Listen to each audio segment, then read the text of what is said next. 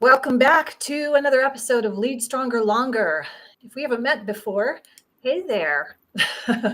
I'm Stefana Johnson, and I don't know what in the world led me down this path, but I am incredibly grateful. And those of you that have been following us with my series with the gentleman next to me, Will Keller, you know your life is forever changed as a result of the information, the understanding, the knowledge, the truth that we are uncovering. And it is not a comfortable journey.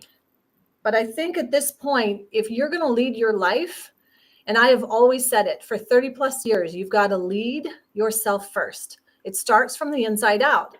Now, I can say maybe I was a little glib about it because I thought, oh, of course, you're going to lead yourself from the inside out and be strong, and let's show up and let's live our bliss, and let's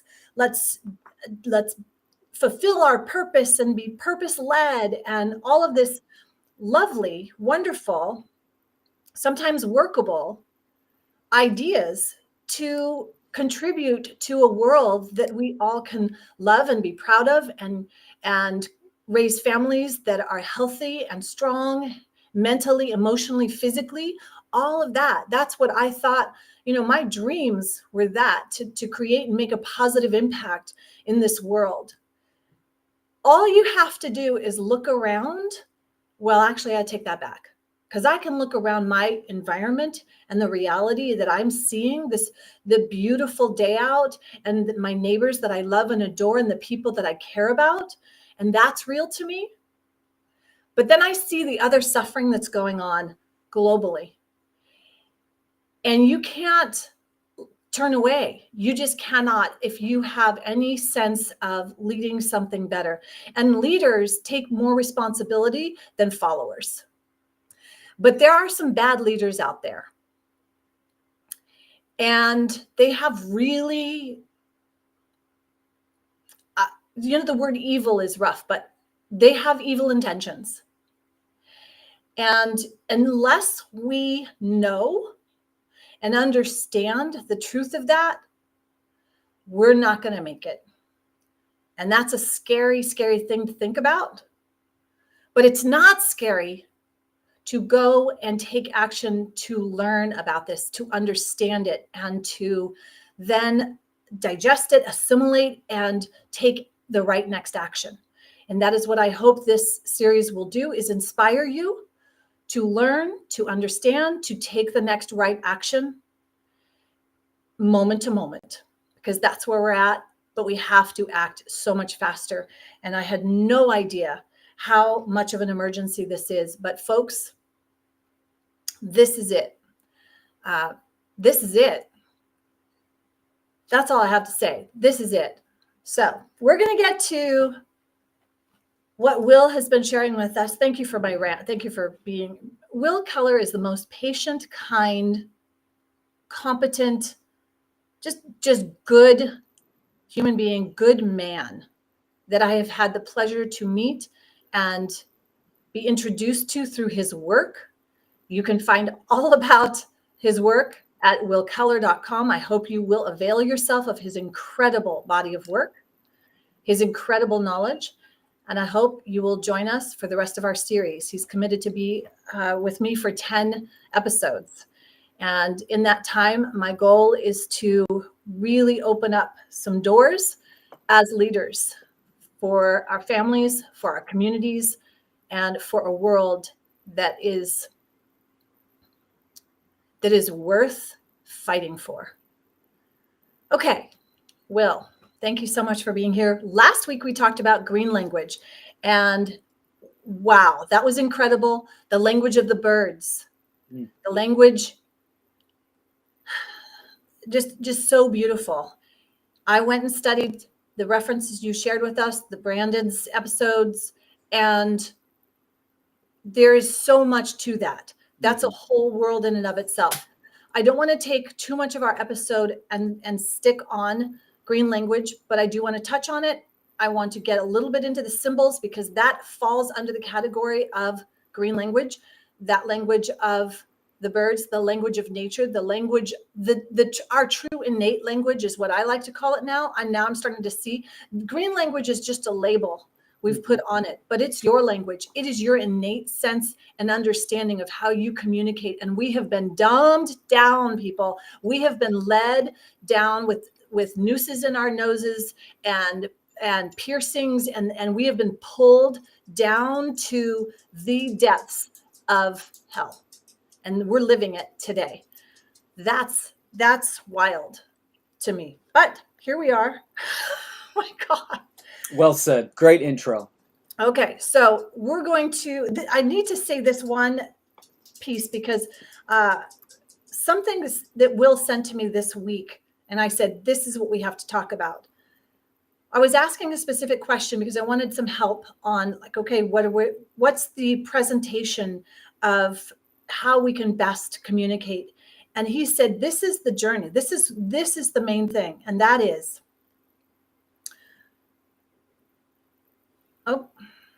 personalized practice. So I want to talk about that. And by the end of the show, I want everyone, and myself included, to understand what our personalized practice actually requires us to do, because we have to. Oh, where is it now? This is what you said. Sure, the rituals can be useful, but understanding the underlying principles is where the magic is. That's what I want, Will. Excellent. That's the road I want to take with you today. And I know green language Fantastic and topic. all of that. Yep. Okay. So that's where I want to go, because that's, I think, that's the door out. Okay. Yes. That's Great. where I want to go. I'm leaving it over to you. I'll try to keep my questions minimal unless it's like burning, and then, I'll speak up. Cool. Maybe we can, because we talked a lot about symbolism and green language, maybe we can kind of just quickly, because this will create a great segue into, personalized practices of the language of the birds. And you are right. What we're talking about is the language of nature.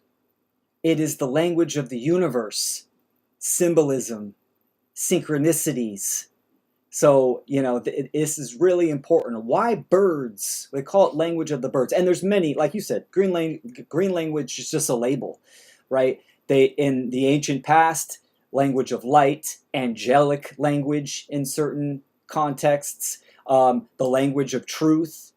So there's all types of languages, but the language of the birds, this is a really ancient phrase for what we are talking about. And let's look at some of the symbolism of a bird itself. So all throughout history, whether it's Babylonian, Mesopotamian, Cometian, ancient Egyptian, Aztecs, Mayans, Native Americans, birds were incredible symbols of really many things, but of divinity as well, right? So this is why it's language of the birds, because of everything that I listed, right? It's the language of the universe, of nature, of truth. It's our innate language that we are endowed with, this capacity to have pattern recognition at such a high level that we can see the symbols, the symbolism, the correspondences, the allegories, the correlations in nature with events and all kinds of things. So a bird is really, it's an incredible animal. It is, one of few animals that can be on the earth, on the ground. It can fly in the sky.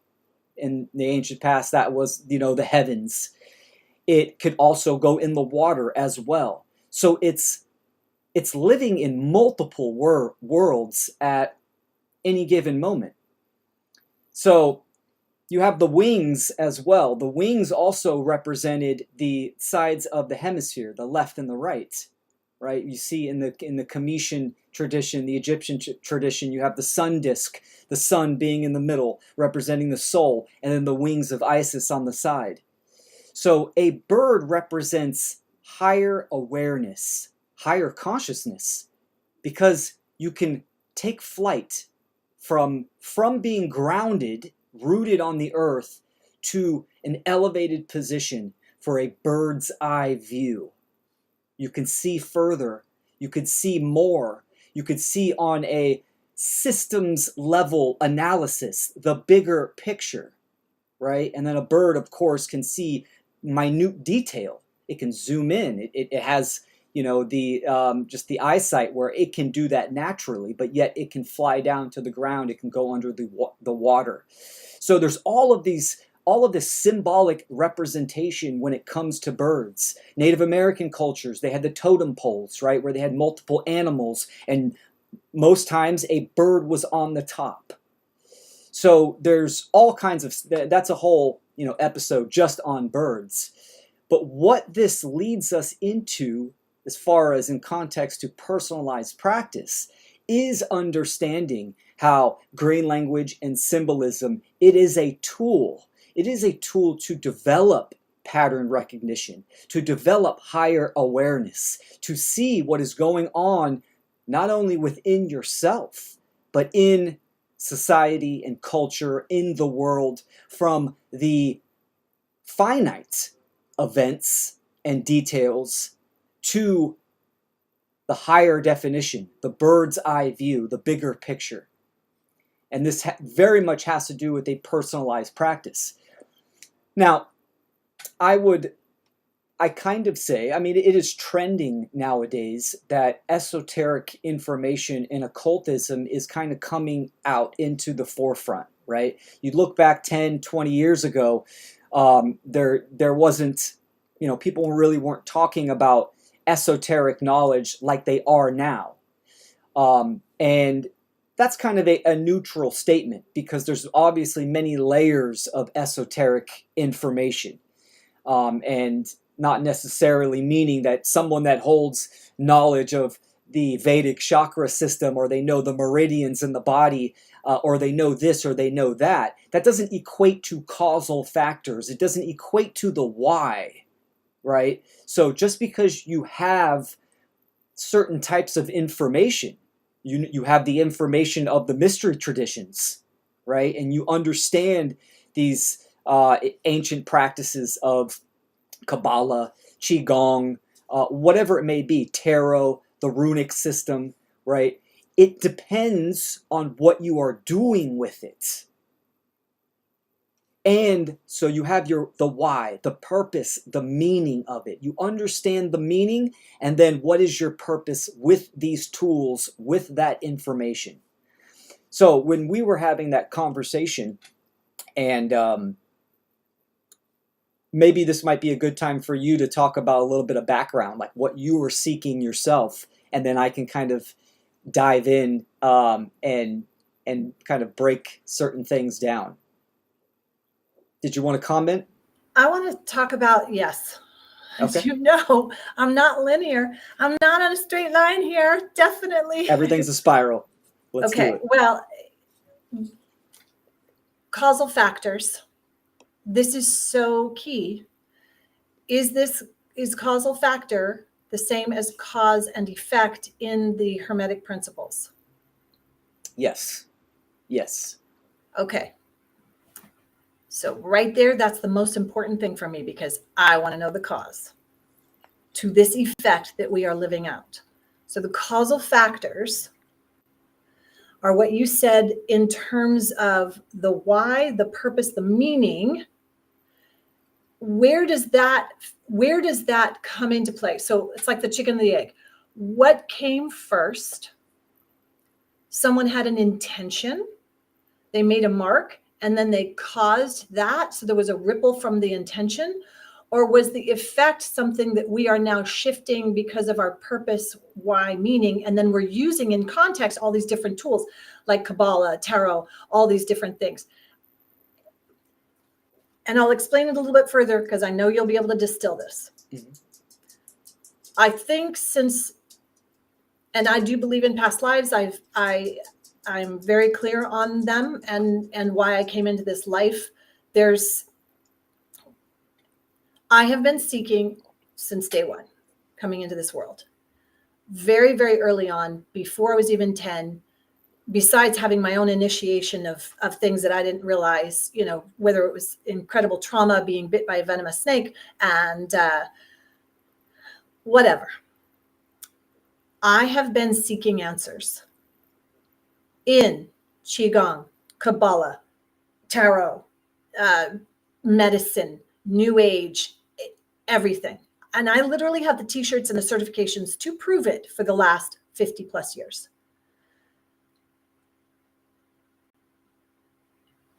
Looking at cause, effect, causal factors, is this deep desire, I know I'm not alone in this, for us to want to seek answers. Are we seeking it because we are the effect, or are we seeking it because we are causing, wanting to cause, and so our purpose is causal? Or are we already backwards, already seeking these answers, and our purpose and our why and the meaning to what we're doing is actually because we're too late on the chain already, that we're now dealing with the effect, and this is multiple lifetimes, that here we are in this life. Yeah, we could go into, the indigo children, or we're here for the light workers, and we're here this, like, okay, we've heard all of that. Give me tangible, real next steps. Here's where we are, folks. Here's what's happening. Because you see how it's all jumbled in my own mind, in my own heart, and I'm trying to sort this out and be useful. I freaking want to be a useful freaking human being while I'm on this air. Otherwise, what's the point? I mean, in a positive way, of course, that's me. So, I'll let you answer that. Yes.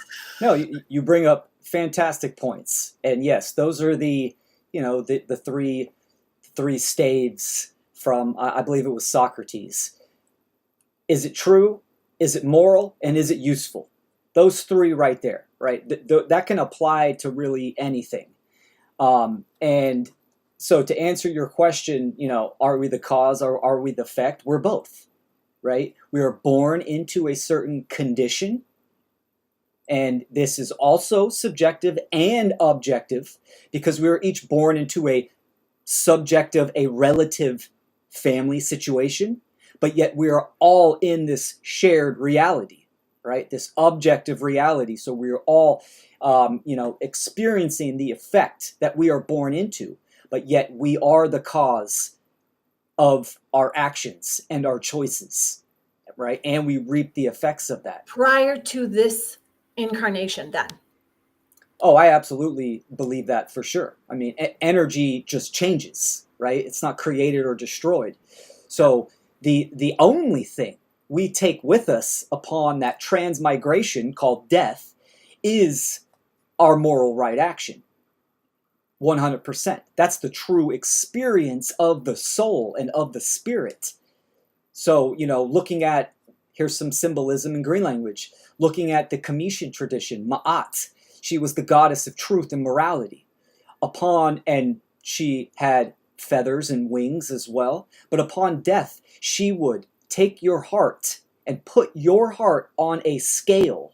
And on the other end, she would put a feather to see if it was balanced, if the heart weighed more than the feather. That's an allegory, right? It's symbolic, representing your moral right actions within that life experience. Were you a good person? Did you take the necessary choices and actions that were needed in your life experience? Right? So that's the only thing we take with us. So 100%, that experience. And that energy does. It carries over, for sure. Okay, so that's actually two things. Definitely, that should be a relief for all of us, because right there, then, in every moment, each of us leading our own thoughts, our own actions, our own, what we care about, what we put our attention and energy on. That right there is you taking back your power in that moment. And I get it. It's not easy. Oh my Lord, I get it. But we have to. So that's where we have to start. And then build into our lives a personalized practice to re-educate, to shift, because we are definitely playing out the effect of something. I don't know where the cause was originated, except clearly the opposite of what's truth and what's morality and what's useful, completely opposite. That's been inverted. And was that an intentional agenda? I mean, now just even opening up little doors over here from David Icke to, oh my gosh, there's like 50 other of those. That's a reptilian, and then there's this, and then there's what's beneath the earth. And it's like, no, I don't want to play that game. I don't, because that's not, to me, it's not useful. I don't know how moral it is, and I don't know how true it is, because I can't prove it. I can't. It's like, not that I need proof, but I need to have some truth and some resonance, because that's just like more, to me, controlled opposition. I don't know. And that's what's so frustrating. And that's why I really wanted I wanted more answers, because your first piece of work that I found was the initiation. And it was the catalyst for me to understand why I was suffering so greatly in going through all of the data from Mark Passio's podcasts. Deep suffering. And anyone going through that journey of learning, you're going to suffer. But unless you understand the piece that Will shares in the initiation and that rite of passage, you'll probably suffer needlessly. I'm still suffering, but at least I understand it. And I want to say I am almost pushing through. I'm showing up here. There's no question. I would only be here. I'm here because of Will, because Will is willing to do this. Otherwise, I would not be here. I've got 50 reasons why I could not be here, but I'm here because I believe this. I believe this is important. And I believe you are out there like I am. And we need to get it together. We've got to get it together, and I need some help. So, Will, That's personalized practice. Yes, we all need the assistance and the help in the form of right moral actions. So that's the thing. And what you were talking about with, controlled opposition, I mean, this is important, because when you say that term, the majority of people, they immediately think of like, undercover government agents. And that is not the case in the majority, right? Sure, there are agents out there, but that's like an exception to the rule, right? The true controlled opposition, which is all around us, is the level of awareness that the majority of people have. The incorrect information, right? The wrong knowledge, the wrong diagnosis of what is going on in the world. The ignorance of people not caring about the status of the world, the condition of society, right? That's the real controlled opposition. Even influencers, quote unquote, people that are talking about certain information, they need to be judged by their deeds and their actions. What do they stand for? What is their message? Now, like you said, we need to ask ourselves those three states, right? Is it true? Is it moral? And is it useful? Now, if you can't prove that it's true and it's not useful in that given moment, or if any, right? Why are you wasting your time and energy with it? This is a serious question that we need to ask ourselves. Too many people are on that, that bandwagon on the back of the train, just taking in irrelevant misdirection, distortion, and static. So that's part of the shadow work, right? That internal work that people need to ask themselves on energy and time management. Where am I investing my time and attention and focus? And why? For what? So those are big questions that we need to get into. And of course, a personalized practice is our ritual, right? This is the spiritual path, the spiral path that we do on a day-to-day basis. Those day-to-days accumulate for weeks, months, years, and then the sum of our choices is our life, right? So it all adds up. It all starts now, right now. What are we doing right now? Sure, we're listening to us speak. What are you doing after this, right? These are the hard questions that people need to look in the mirror and answer for themselves. Now, one of the biggest issues is apathy itself. People are disconnected. They are dead spiritually inside, and they just don't care. They don't care about the state of the world, the slavery, the harm to children, to animals, to the planet, etc. So those people are also a waste of time as well. I mean, interacting with. We need to reach out as an influencer, as a content creator. I want those people like you, Stefana, that are actively seeking. And I don't mean people that already have the correct diagnosis, just people seeking, taking that initiative where they're investing their energy with the right intentions. And it's still up to them. If I can reach them, if they can come across my work, it's still up to them. Hopefully I can inspire or influence. It's up to them to take the action again, further, the next step. We don't want to be a stick in the mud, be, calcified in our actions. And that is, kind of the sum of the quote unquote truth movement or freedom community. A lot of people do have an accurate diagnosis of what is going on. They understand government and slavery, the belief in human authority, but they are calcified, frozen in time, stuck there, and they remain stagnant. So every level of awareness that we reach opens up more possibilities, more choices, more accountability and responsibility. So this is something that a lot of people don't talk about as well, right? If you know what is going on in the world and you choose to do nothing, you are held accountable. Okay, Will, what happens when some of us are so intense and so we see this and we want to help, Mhm. and we're doing what we can? Do we go all in and ignore our own well-being? Like, literally, this is my life's work, to tell leaders to self-care and not just go get your nails done. I mean, I've literally spoken for 35 years and worked specifically with high-performing celebrities, leaders, and people who will go and burn themselves out because they want to create a better impact.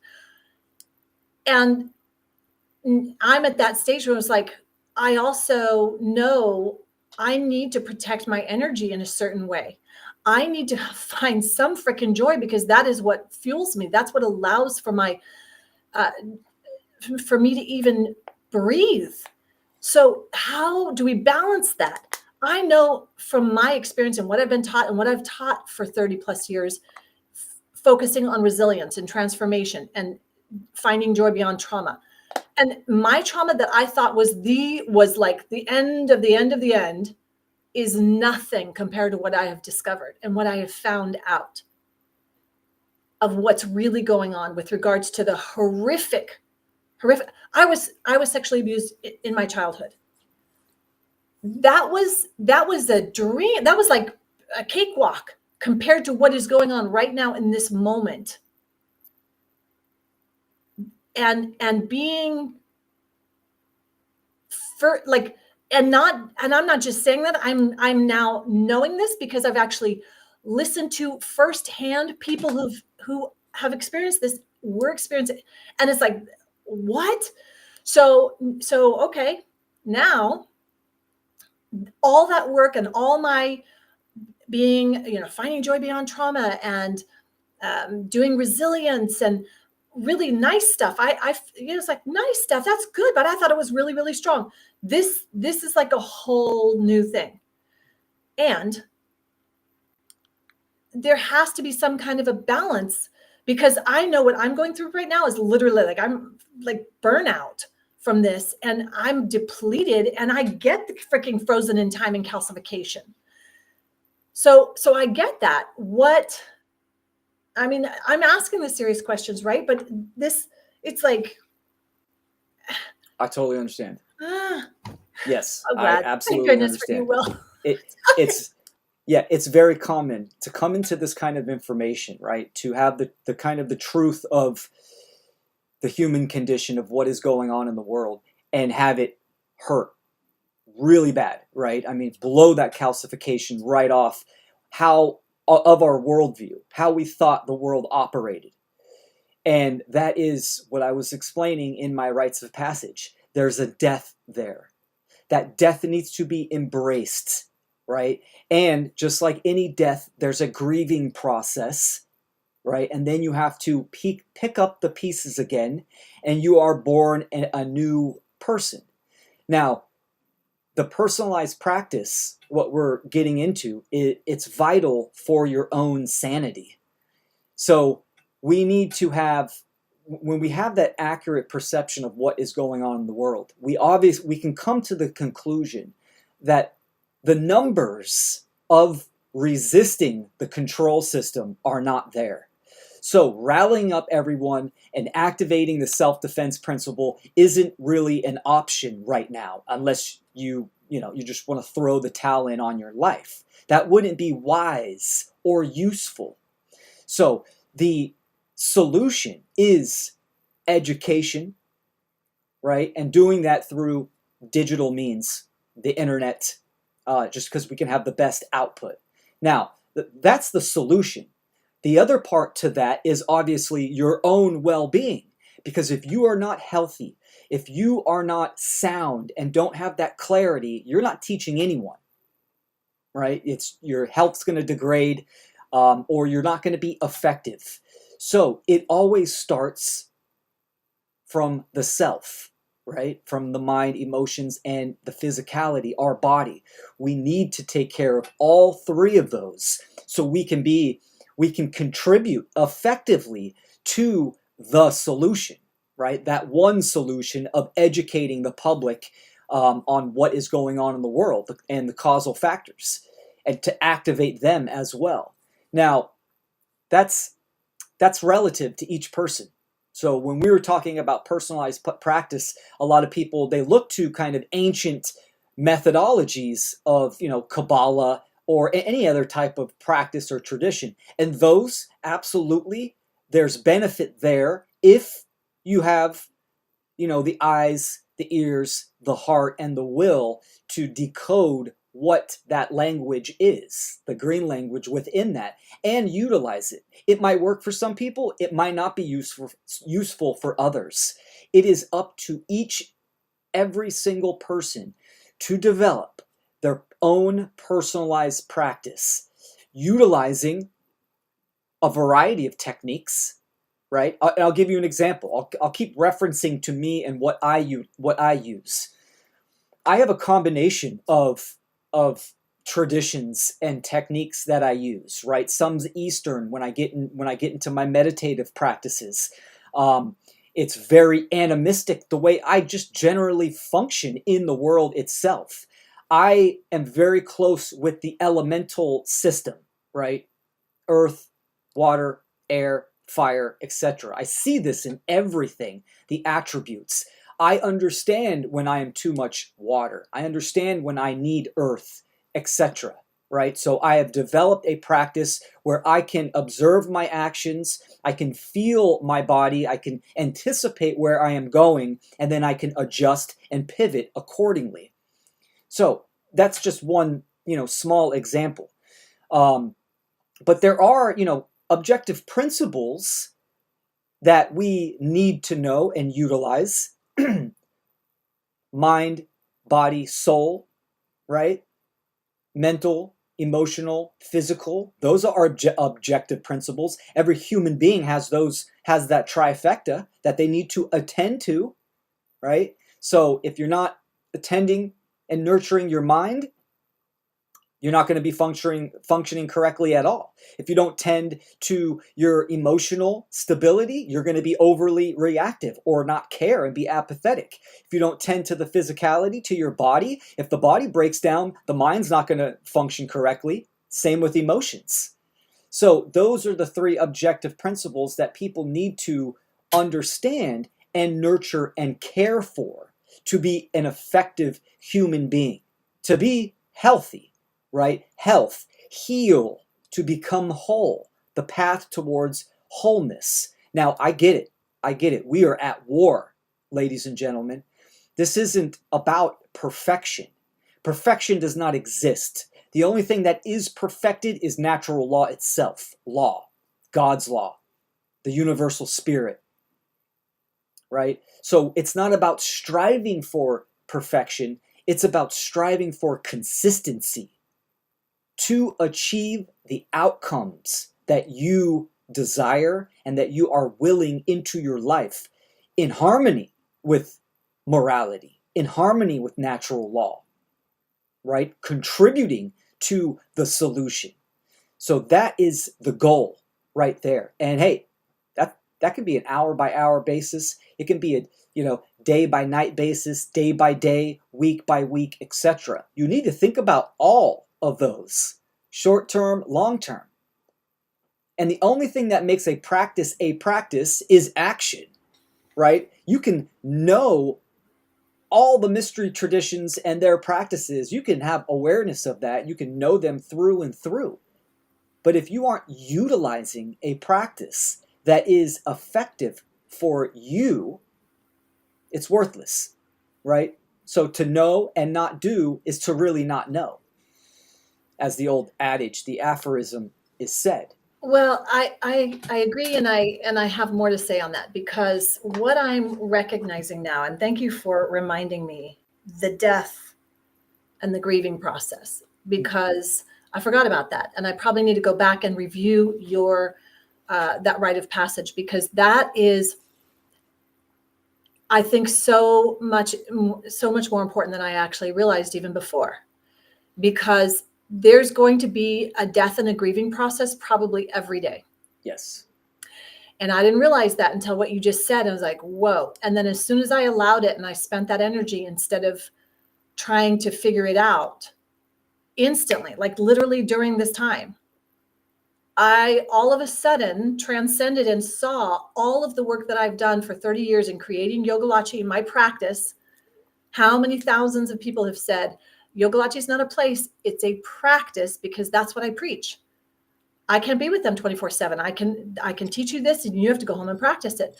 So that actually just helped me so much, because I literally was up against a wall and hitting death, but refusing to let go. And I think that someone said it, I think it was Scott who made a comment last week, and he said that I am just sharing what's going on with me in the present moment, and someone allowing themselves to see that. At least I can be a mirror. And so someone cannot go through this. Folks, I am in excruciating pain and I want to cry. And I'm sure I will be able to cry after this, but I also want to communicate, because deep in my heart, I know two things. And as soon as I say it, I think, oh, is that what I learned? Okay, then all of my journey of 2 decades in Scientology, and if that's what I learned, that the only way out is through, okay, I'll take it. And that, well, whatever, that other piece is gone. That we, in this practice of experiencing life, that there is an evolution, and the spiraling, as you were saying, the spiral. I think I can say this with conviction and with belief, folks. You are absolutely right where you are, in the right place. I know it's painful. And if you take the steps of the trivium, what's the trivium? You get the data. So you got data right now, and now process it. Don't process it up against false ideas, though, because that, I think, is the danger.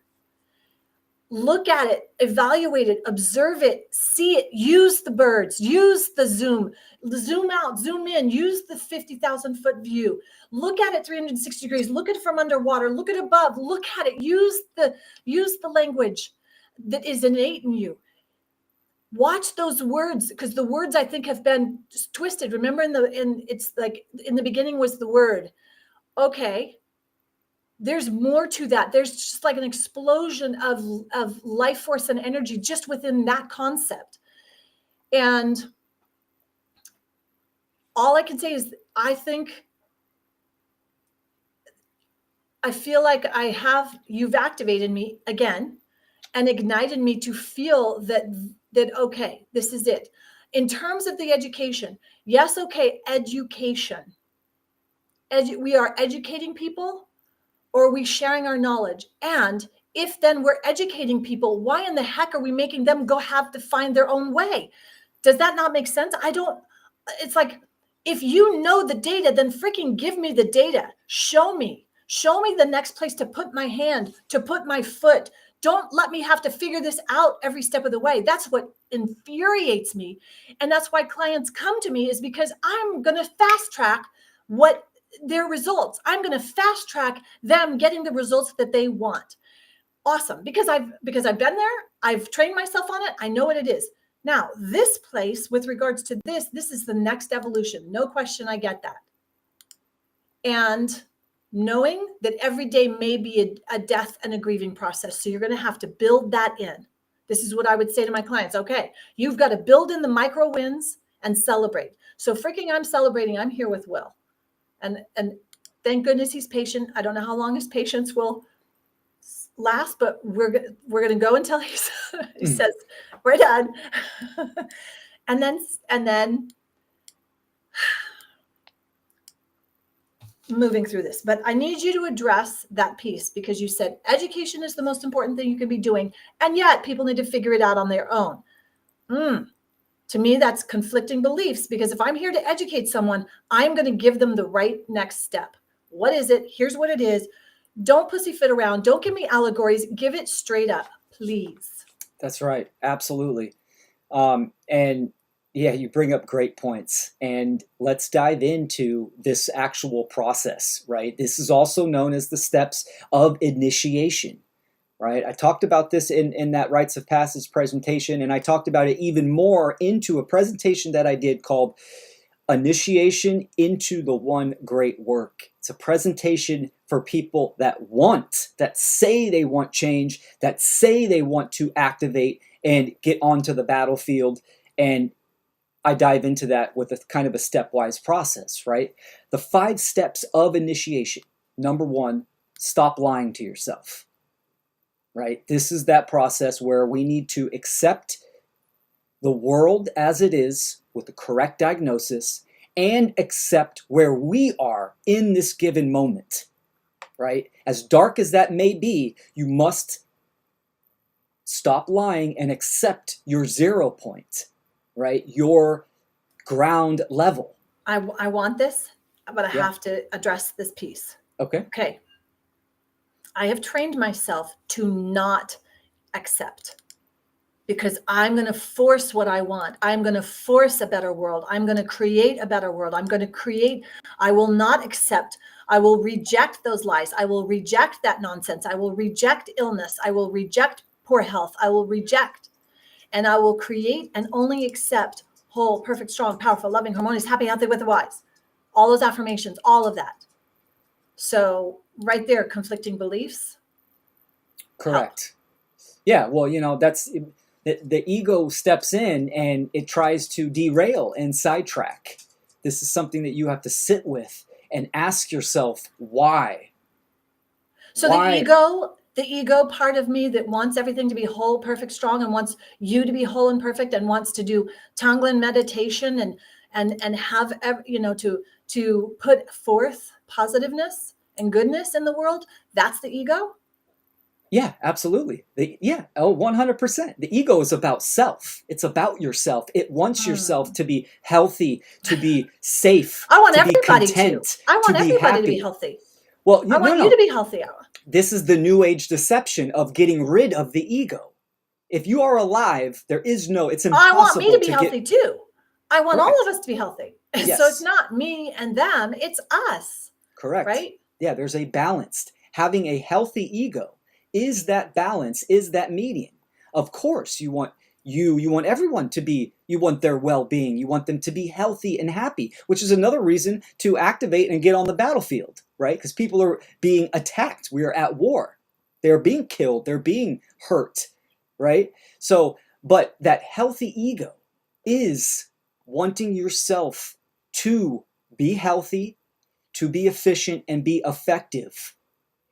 The spirit resonates with that moral duty and that obligation to put yourself out there, to tell the ego, hey, no, you are going to put your face on camera. You are going to go public. Well, let's not even go there yet. Let's just stay on stop lying. Let's stay on number one of stop Sure. lying. Because if you stop lying and you accept where you are, right in and of itself, to me, that's a lie. To me, right where we are is a freaking lie. Do you know what I No. mean? So I'm Well, like, well, yes. Well, but you can. It's twofold. Yes, there's lies everywhere, but understanding that lying is that our reality, what the culture of reality and how the worldview is being propagated is a lie, right? So you can have truth there. You can have a correct diagnosis and have that realization. But mainly, the steps of initiation is applying it to yourself. Stop lying on to yourself the reasons and the excuses and the justifications that one will give themselves on where they are excuse me, where they are at and why they want to either activate or remain inactive. okay, so in context to these five, you're talking more in terms of doing the one great work. Okay, which the one great work, explaining what that is The, again? these steps of initiation are just initiation in general. Doesn't matter if anybody, it doesn't necessarily pertain to doing the one great work. It's being a better human being, right? So it's all encompassing. So, but obviously to create change, see, that's the question that people say. You have to ask yourself, right? Do you want the world to be better?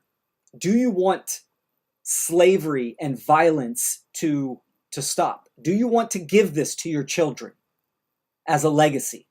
Right? We need to ask ourselves this question. It doesn't matter if you're a parent or not, right? You don't have to have children to have that empathy that you don't want children to suffer. You don't want them to inherit the next stage of violence and slavery.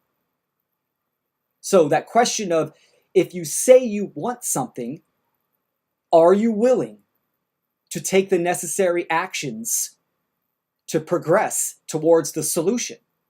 Right? Do you have the willpower to recognize and take in, be receptive to the objective requirements that are necessary for change? So, and these are questions that if you're trying to even get to a certain goal, you need to ask yourselves that. These five.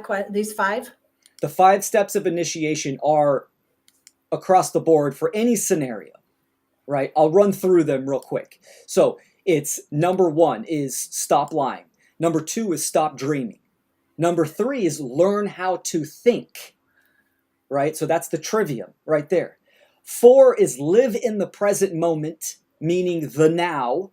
Recognize where you are at right now. And number 5 is activate the physical body. So those are the 5 steps to initiation. I'm going to call myself out on this. I raised my boys to dream. I wanted them to dream, and I want them to fulfill their dreams. And so, go ahead. No, that's,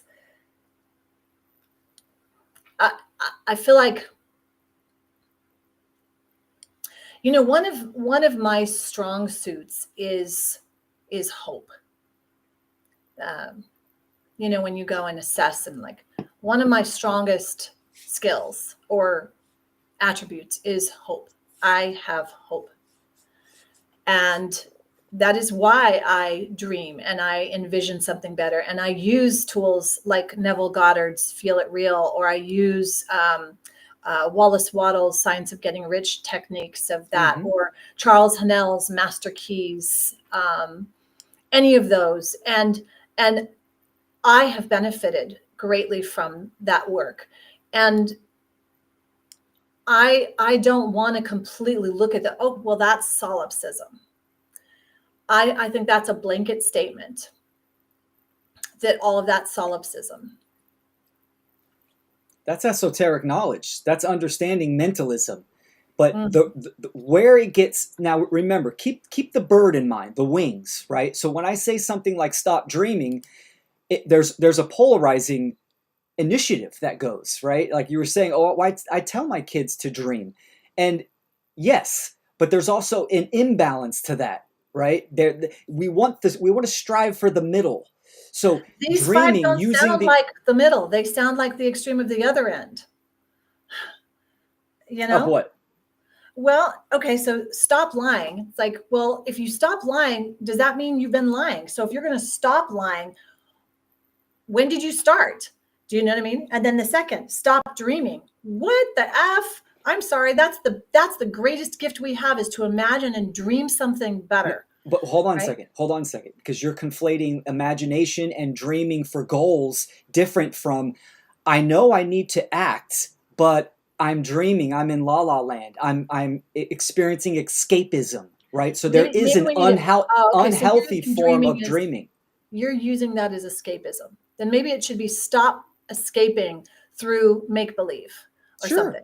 Yeah, these are just words. But Okay. what they mean and how they are Yes, they being are. applied is important. The understanding, right? It's like Mhm. when I go through these, do you understand what I mean by each of these points and how I they didn't. kind That's of why I had to ask you, yeah, for sure. because I don't want this And blanket that's why attack. we're here. That's why we're here. I dream every day, right? I mean, dreaming is an inherent part of being a Okay, human so then being. that's really important. So then I would remove that and use some other nomenclature, use some other verbiage than saying stop dreaming, because that immediately, I think, is I don't want to say confrontational, but it's like, what? That's the whole goodness of this freaking world, is to dream. And it's like, right? So I Well, just, this is yeah. if that was your final, like, dang it, come on. Well, this is the point about education. Education, the word itself, the etymology means to lead one out of the darkness. Well, what is darkness, right? Okay, In that right context, there. it's To ignorance. lead one out of the darkness. Correct. Boom. That's it. That's my work. That's what I'm here to do. And that's, I mean, rhetorically, that's our work to hear. That's what we're here to do. If we know how to get out of the darkness, or it's the blind leading the blind, or it's the evil leading the stupid, or I guess the sheep and all of that. Okay. Oh Yes. my goodness. Oh. Yes. Stop dreaming is that right there.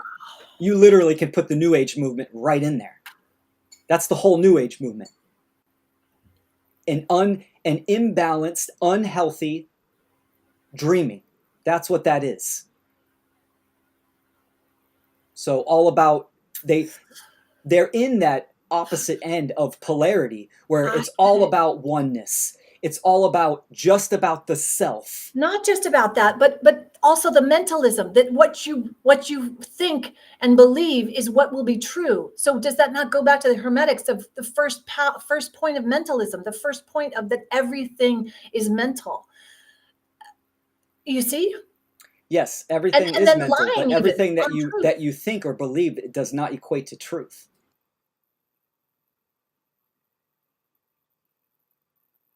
So that's where the New Age movement it's all about belief. It's just everything is about the relative experience.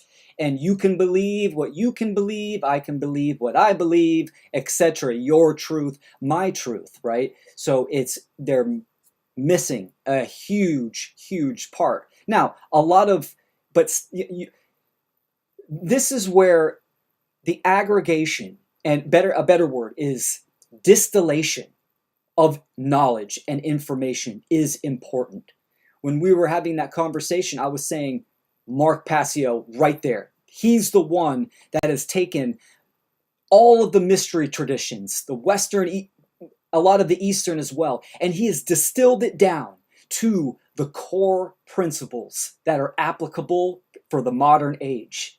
That's why his work is so empowering and so important, right? So we can use techniques and practices that are ancient, right? But they might not apply that well in the modern age.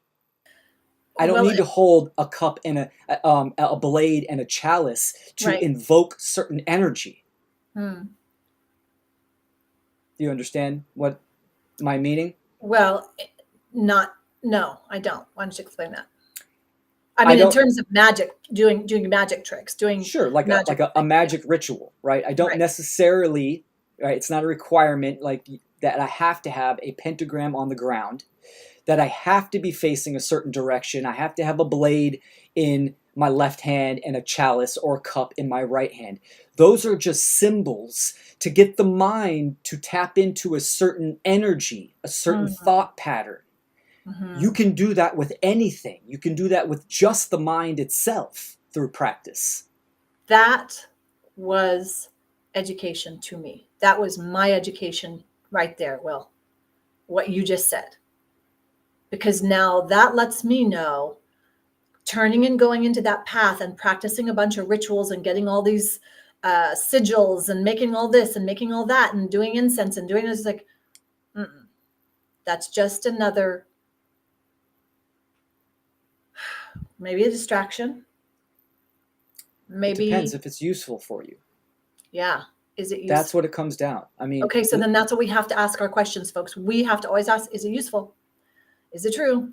What was the other one that was so good? Is it moral? Is it moral? Exactly. My God, exactly. So they go and sacrifice an animal or a human. That is not moral, doing that ritual or that practice. Okay. That would be a dark arts practice. Which is what we see, what we're seeing. Okay. Correct. All of society is one giant dark occult ritual. Why? How do we know that? Because we can observe the violence, right? The tyranny, the coercion, the duress, the death. We can observe all of that going on. Stop dreaming would be, well, it's always been like this. We need government. We need this. It's not that bad. I'm okay in my bubble. That stuff doesn't happen to me, so it doesn't exist. Again, better word. We have to have the more appropriate word for that, because that's delusional. That's Absolutely. Delusional. It's not dreaming. Okay. So I'll leave it at that, but I had a question for you. Okay. That just slipped away. That's why I have to write things down. Okay, maybe it'll come back. But I don't have it right now. You know, there's statements that we can. I love writing things down. I love journaling. I love whiteboards. I know you like whiteboards. There's extreme power in using these tools, and it's very effective for me. So doing that internal work, right, of stop lying to yourself, stop engaging in escapism. That might be a better way to say it, right?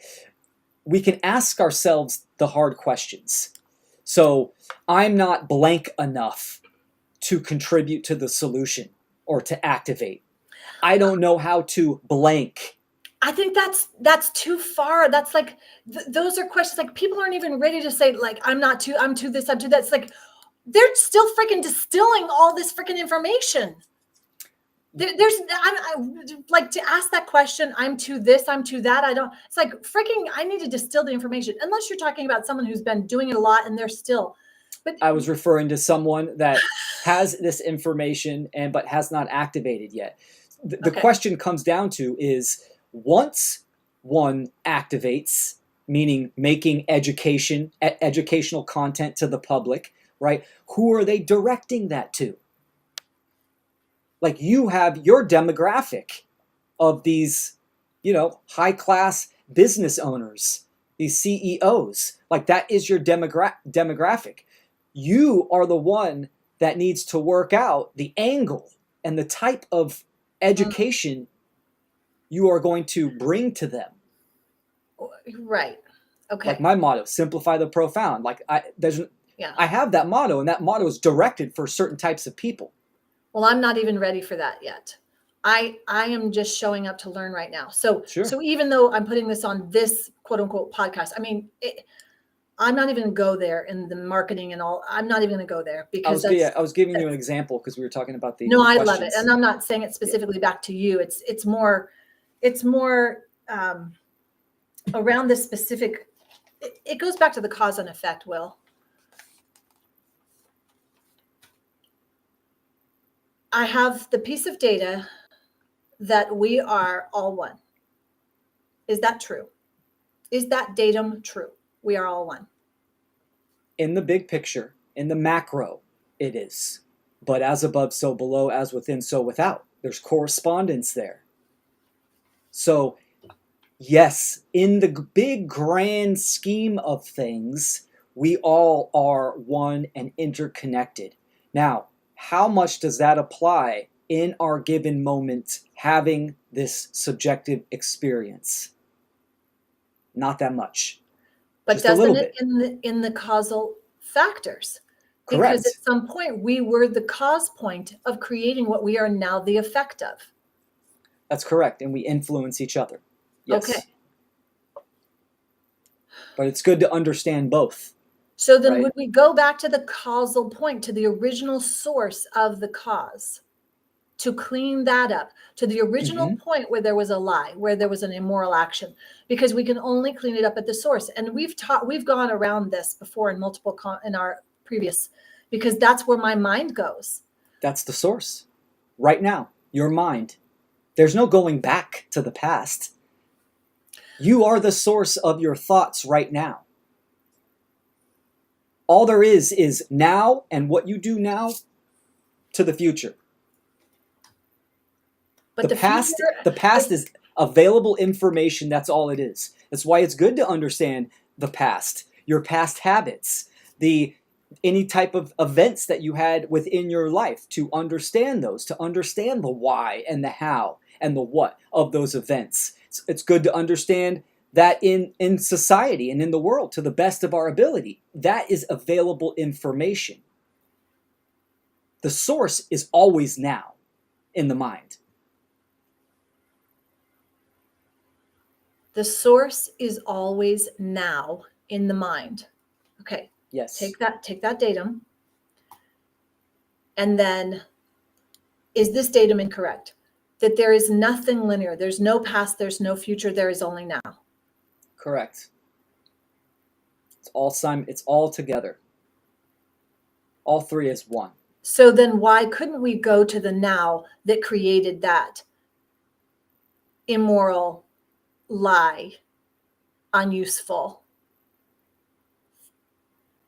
thought, action, whatever? Because the effect already happened. Which is now.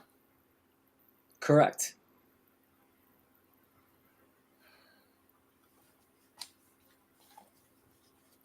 Okay. What do you know about quantum in terms of actually, you must know it because Mark did a whole thing on the split. Double From blind what slit the experiment. bleep. Yeah, yes, exactly. Do you remember that? Oh yeah. Yes, very much. Okay. So you say source right here now. Yet it's the observer that changes everything. No? I need help understanding that. Okay.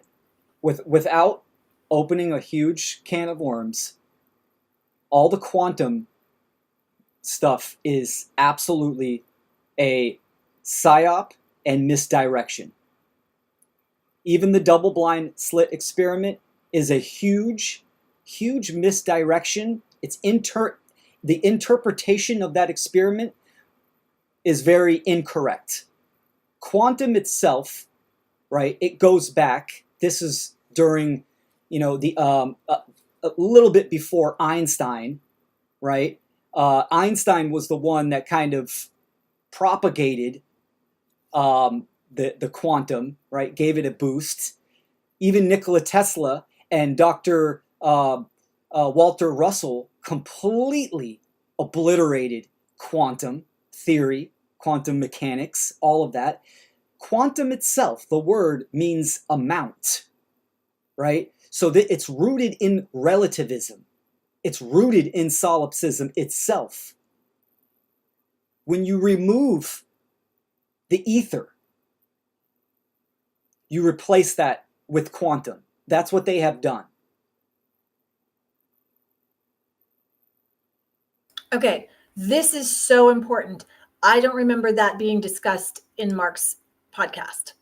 In fact, he was attributing that specific movie. So this is so freaking huge, Will. What you just said, so freaking huge. My mind is like, okay, I want to go there. I want to learn this. I want to understand this because I have been applying and using the what the bleep don't we know, what the bleep all, I've been down that rabbit hole, and the whole thing with quantum and the observer changes and the perception and all of that. So all of that's BS. Yes, it's all rooted in atomism, right? Atomism being a pseudo or a religious belief of materialism and particles, right? So this is where it's ultimately rooted in, and it completely extinguishes the ether itself.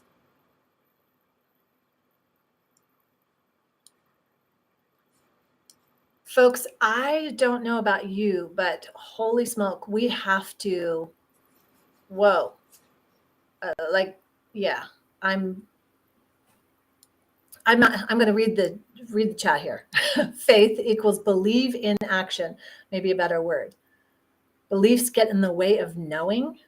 That's interesting. Beliefs Correct. Yeah, there's some green language right there in belief. Be lie. Yeah, I remember you saying that last time. Yeah. Stop dreaming can be replaced with stop living in darkness because it conflicts Neville Goddard's work, New Age teachings. Huh. Thanks, Shanna. Oh, good, fit strong. Right now, commitment in the great work is sharing you guys' teachings. Oh, thank you. Thank you. That's great. Appreciate that. Okay. Holy crap, Will. This is like, wait a minute. I have gotten so excited about green language because it's fun. I enjoy it. In fact, I went and read some Shakespeare because as an actor, I love Shakespeare. And then he's the bard, the bird. Oh my God, that kind of thing, right? So that's exciting to me. But then now my whole, I have to break down, get rid of, revamp my entire teachings of what I teach to powerhouse leaders. Everything I'm teaching, powerhouse, originally physical powerhouse, because I started it in the 80s working with Controlology, which was Joseph Pilates' work of the body to control and turn on the internal powerhouse. Qigong, Tai Chi, if you do any of that, your internal dantians, that's your power center. But then your subconscious mind is your powerhouse. So I created Powerhouse Leaders because, I believe in leaders and I want to support leaders because I know how hard they work and they don't sometimes take care of themselves. So that was my whole paradigm in my business. And it's like, I did it based off of quantum and quantum touch and quantum this and missing major pieces. And knowing that I'm missing that makes me think that I'm missing so much more as a result now. Do you know what I mean? Correct. It would be like looking at the Hermetic principles and you're talking about mentalism, but you're not talking about the other 7 principles, right? This is what The Secret, Rhonda Byrne's, in the early 2000s, it was all the rave when The Secret came out. It was extremely powerful and people resonated with it because there is truth that's encoded in there, but there is so much left out. So much that is left out that it is misdirection, 100%, right? It's just rooted in relativism and solipsism. And, fast forward 20 years later, and all these people were like, oh, I didn't manifest the $1 million that I wanted using the secret technique and the law of attraction. That's because the law of attraction is natural law. It's the Hermetic principles and how they apply to the self and to life and to each other.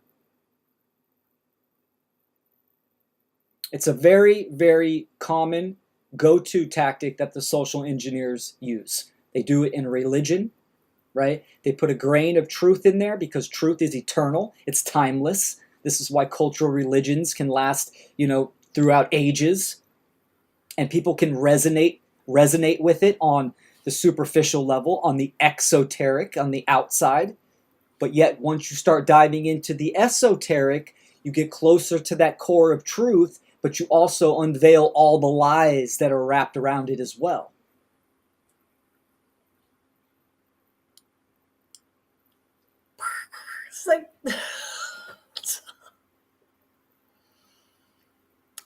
It's Okay.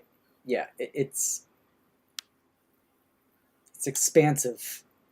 I really thought, oh, well, we'll have a nice episodes and we'll teach people this is like, and we'll share and because I'll ask you some questions and this is crazy, crazy.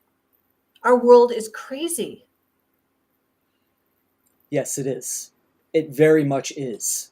Now, I want to say this too, because we've talked a lot about this. 100% absolutely, the condition, the human condition, the planet is enslaved. That doesn't have to be like that, but the majority of people are choosing that and they're being taken advantage of. So that is the current condition. Now, just because physically I am enslaved in reality, in the world, I am not mentally slaved, right? I have unslaved myself and unslaved myself in body as much as possible as well. That's an ongoing process. So, yes, we are walkers in the worlds, like the bird, the sky, the earth, the water. So, even though there is slavery amidst, right, I still need that peace inside me. The social engineers are claiming slavery externally. They will not have it internally in my body or my mind, right? So that's one thing to keep to kind of remember, like we were talking about. Although through all the hardships and the pain and the death and the injustice, we still need to take care of our mind, body, and spirit to the best of our ability. And the question becomes, to what end, right? For what? The purpose, the meaning. This is where personalized practice comes into play and is vital. So important. I've seen so many people, start doing the one great work, or they go public and then they get burned out. I've gotten burned out before. We all get burned. We get burned out at some point, for sure. The question becomes, do you retract, adapt, pivot, and move forward?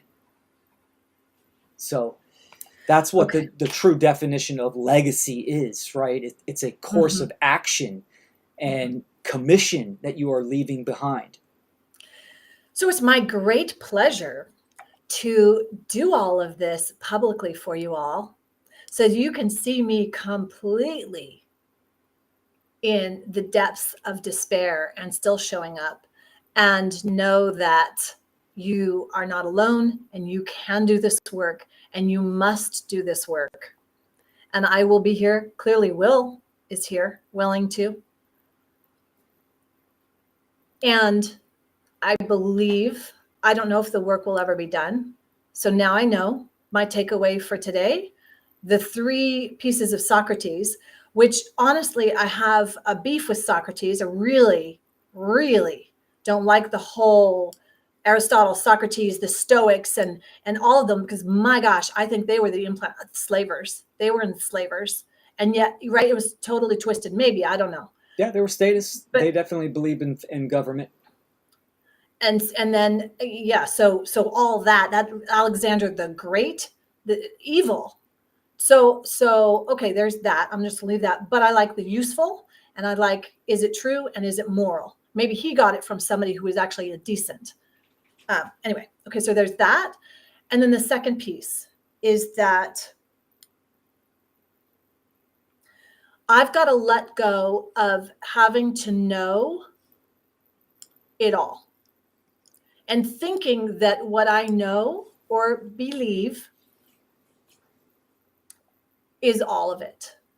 And that probably there's going to be a death and a grieving process every day, multiple times a day. And I have to prepare and make provisions to ensure that my soul, my body, my mind are cared for. When I'm saying this for you all of us.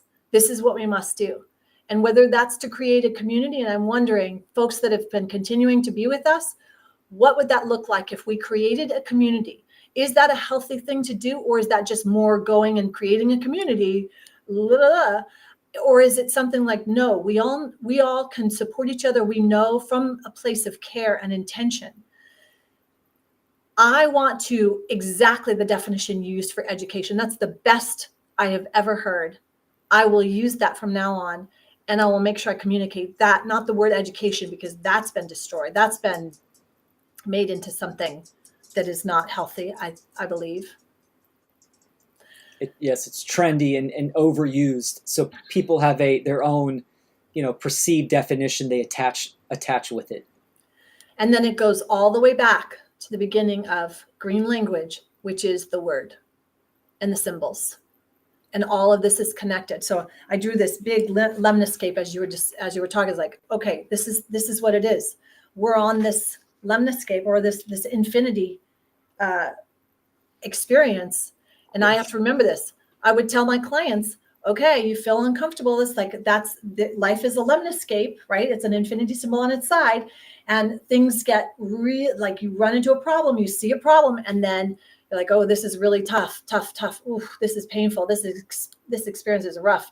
And then you kind of understand it and you figure it out. It's like, oh, this is so much easier. Woohoo! Boom, you run into another problem. And I mean, I use that as an analogy every day with my clients in the life of business and leading their families and leading that. And I still believe in that, because I'm going to go back and lead my family and love on my children and love, my cat and be and take care of my flowers and my plants. And I'm going to do that without any guilt or shame, or that I should be out doing something else, because this is my work. So every day for the rest of my breath, I will come live on Fridays, on Mondays, and I will share something, whether that's with you, Will, or with someone else. Mm-hmm. This is what we have to do. Is that enough? I don't know, but I'm committed to that right now for until I can see a better way. And doing the work. So I hope each of you have some specific takeaways for today.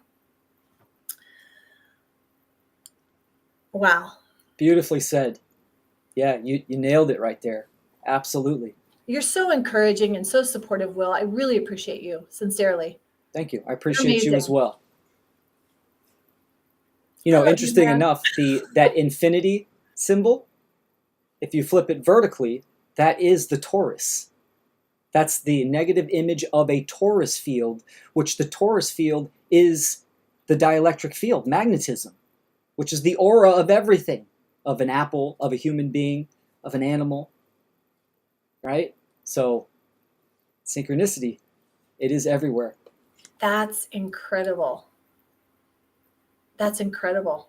Okay, so let's honor the chat for a moment. Can you really trust a teacher in this system who's not a promoter of the trivium method? Great point. Absolutely.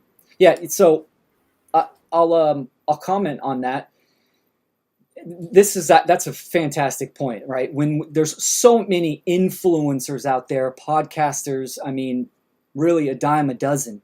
The question comes into, what is their message? What's the information that they are talking about? Then you can go to those 3 states, right? If they're not talking about the causal factors, if they don't know the trivium is the true scientific method. It is the method of critical thinking and truth discovery. So yes, but also understand that you can learn bits and pieces from anyone. Take what you need, what is useful to you, like we were talking about Socrates, or Plato, or whatever it may be, Donald Trump. You could take information from any individual that could potentially be useful. So, but see, that's the thing. What a waste of time. I don't want to scroll and waste my time doing that. I'm calling myself on it. Okay, because I don't want to do the work. But there's so many, like you said, misdirections and distractions. So the work is to weed through all this BS. Just let's get to it already. Do you know what I mean? Yes, okay, so you need to right pick and choose. It's mental diet. Okay. Right? Or probably most people, yes. Probably most people already know Mark Passio, number 1, Will Keller, number 2, And then perhaps on the One Great Work, that's kind of, Absolutely. there's like a ton of content on there. So, that I just, when I was skimming through, I was like, okay, that initiation thing just hit me. And so I don't think Scott was the other one that I looked at because I recognized him because of Scientology. Other than that, it's like, we have to distill this. We have to get to it. We don't have time to distill and learn from Trump. Really? I mean, I don't care one way or the other. I'm not political or whatever, but because I grew up in New York in the 80s and he was all around and I met him and it's like, ick, just ick. It's like reality TV. That is the absolute, as an actor, that is the reality TV, complete narcissist, masculine, whatever. Okay. Yeah. Oh, Besides absolutely. Yeah, politics, besides president, besides anything else, it's for just sure. like, oh my Lord. Yes. You know, My point being is that you could take bits of information from people. Now, you could, but would you invest your time into watching all that, of Donald Trump? No, that would be ridiculous. So yes, people need to ask themselves, where are they spending their time and attention on? And if they have a podcast that they watch on a consistent basis and they're spending, a couple hours a day or a few hours a week watching this person, why? Why are you? Do they have something useful for you? Are they talking about the causal factors? Do they have the trivium or natural law? If they don't, yes, move on to the next person, right? But understanding that staying stuck on or rigid and not seeing others as potential pieces of information is another polarization tactic. so I get that. And I realize, thank you, you're correct, in polarization. I can see myself swinging on that polarization. And then I know I can step out of it and exteriorize and go, okay, and let that swing the other way and not be affected by it. I have definitely been polarized this week, no question, because I didn't ensure I was taking care of myself, family issues, moving, blah, blah, blah, blah, blah. Dennis, I see you. Thank you. You're amazing. We had an interview this week and I'll post that. Dennis, Will. Dennis, I know Dennis. Good seeing you, brother. He wants to say hi.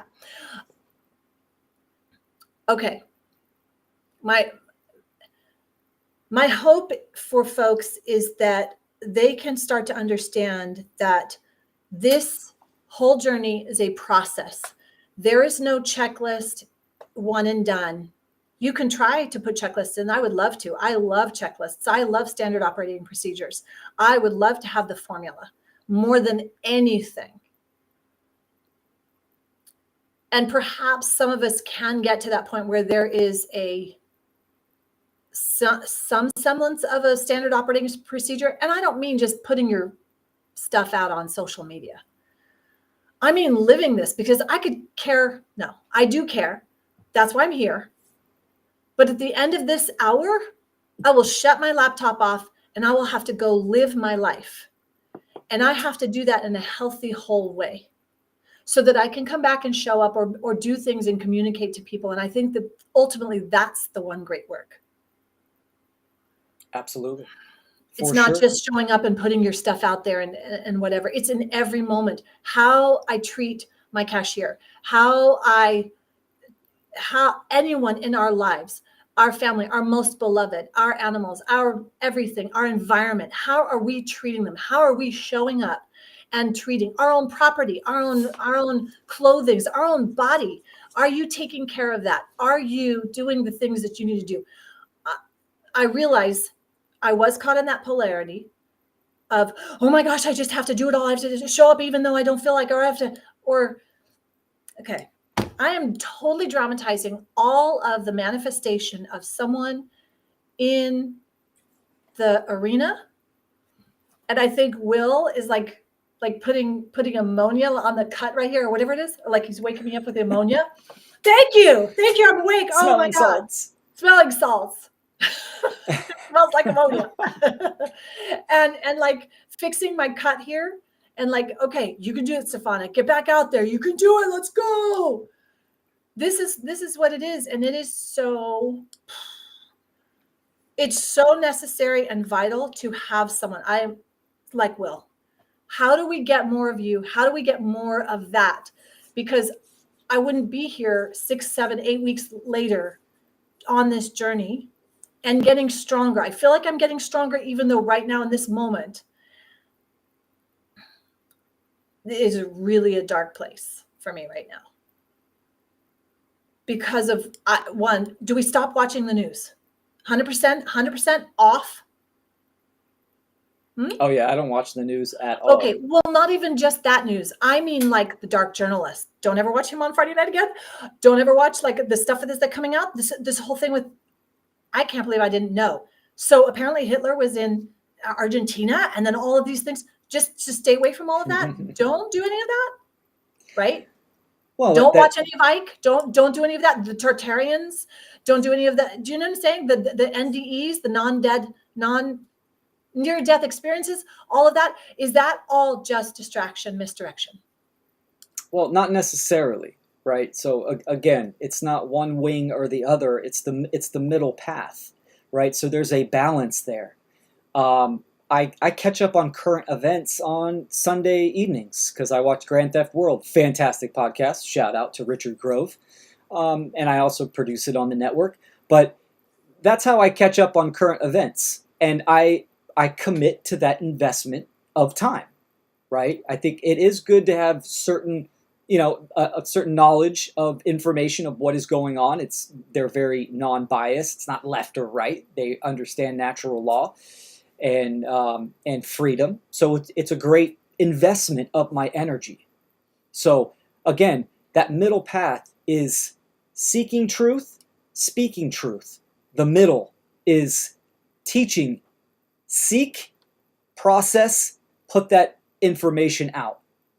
So I have times where I take in, huge amounts of, not huge, but good portions of woo or skepticism, potential stuff that I can't verify myself, right? But that's very minute into my goal, my purpose, right? So it's different for every person. There is a solution. There is a correct answer of what is going on in the world. We need to understand that first, and then we need to act on that. What we do on our spare time, if it benefits us, if it is useful, so be it. Right? I'm always going to remain a truth seeker to, engage and gather a deeper understanding of nature, of natural law. But I am wise on what I take in. So, and I make that choice, and then I own it. If I'm going to binge watch a series of Outlander, so be it. Then I own that, right? I'm going to decompress. I'm going to watch this, tap into my Eros archetype and dream a little bit. But we are human on this journey. So, like you were saying so elegantly, that we do need to take care of ourselves. The question is, what is your outcome? Right? You have to have that authenticity and that proof. So when we go to the underworld and we meet Ma'at and she puts our heart on the scale, what's gonna happen? Is it gonna drop like a rock? I think we can do that on a daily basis, not from Absolutely. a punishing way, not from a shaming, blaming, any of that kind of way, but just a gentle, loving way. And I think that that's what I'm going to practice this week. So personalized practice. And exactly. I'm going to use that, and I'm going to that's how we're going to end tonight. Thank you so much. Unbelievable. As usual, you're just phenomenal. And likewise, it's always a pleasure. The wind beneath my wings. There I'm you going go. to be a bird this week. I'm totally going to practice this. I love those analogies. I love that. Oh my gosh, that was brilliant. I don't know if we actually covered exactly but I'm just trusting. Next week, we're going to play. I want to bring back the Hermetic principles. And I want to see, because you basically said all of them tonight. You said all of them. Yes, we touched on in everything. So I want to bring them back on that. I want to understand, and I would like a little bit more precision on step by step of what. And as I'm asking this, No. We'll discuss, and I'll ask Sure. you, and you'll say, do we have to have, is there a system?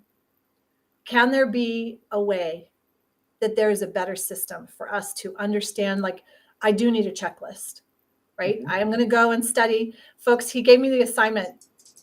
He didn't literally give me the assignment. He said, demystifying the occult is an important presentation. I just started watching that one, and it is Excellent. really good. And in the first like 15 minutes, he talks about the 20 things. Like, oh my gosh. Yeah, That's we so can do a good. checklist. If you want to see a I checklist, need checklists. let's do it. I'm a checklist girl. I need checklists. Okay. I love it. Awesome. Thank you, everyone, for being so supportive and wonderful here. I so appreciate you, Will, beyond anything I can. I have your fig plant. I already bought it. I'm bringing it to you when I can. The Oh, that's fig awesome. tree. Okay. I've been taking care of her for 3 years, but since I'm moving, she's going to you. Well, she's coming to a great home. I love Yay! figs. I'm so excited. I appreciate that. Plus the Jenny Kiwi we'll bring too. Okay. Okay, everyone. Please reach out for sure to willkeller.com. He's got a great, like, you can go to his website and you can chat with him right there. For me, stefanajohnson.com. And you can always email me, stefana@stefanajohnson.com. I am here. I am willing to communicate. I'm a little raw, so if you're going to bash me, probably won't respond.